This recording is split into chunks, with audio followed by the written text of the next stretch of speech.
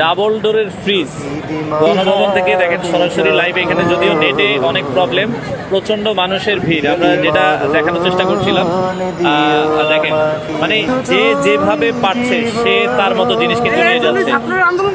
তো এই জন্য আসলে আন্দোলন করে না। আমরা যেটা বলছিলাম এটা কিন্তু আসলে উচিত না। এটা কিন্তু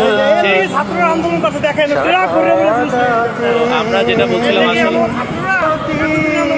তবে এটা আসলে উচিত না। আমরা এটার দেখা যাচ্ছে ধিক্কার জানাই। তবে যেটা বলছিলাম, মানুষজনের ঢল গণভবনে এখন, এবং যে যেটা বলছিলাম পারছে সে সেটা নিয়ে যাচ্ছে। কারণ এগুলো পরবর্তী যে সরকার আসবে, হ্যাঁ, তখন কিন্তু আবার আমাদের টাকা দিয়ে কিন্তু এগুলো আসলে করতে হবে। তো আমরা যেটা বলছিলাম, এটা আমাদের কাম্য না।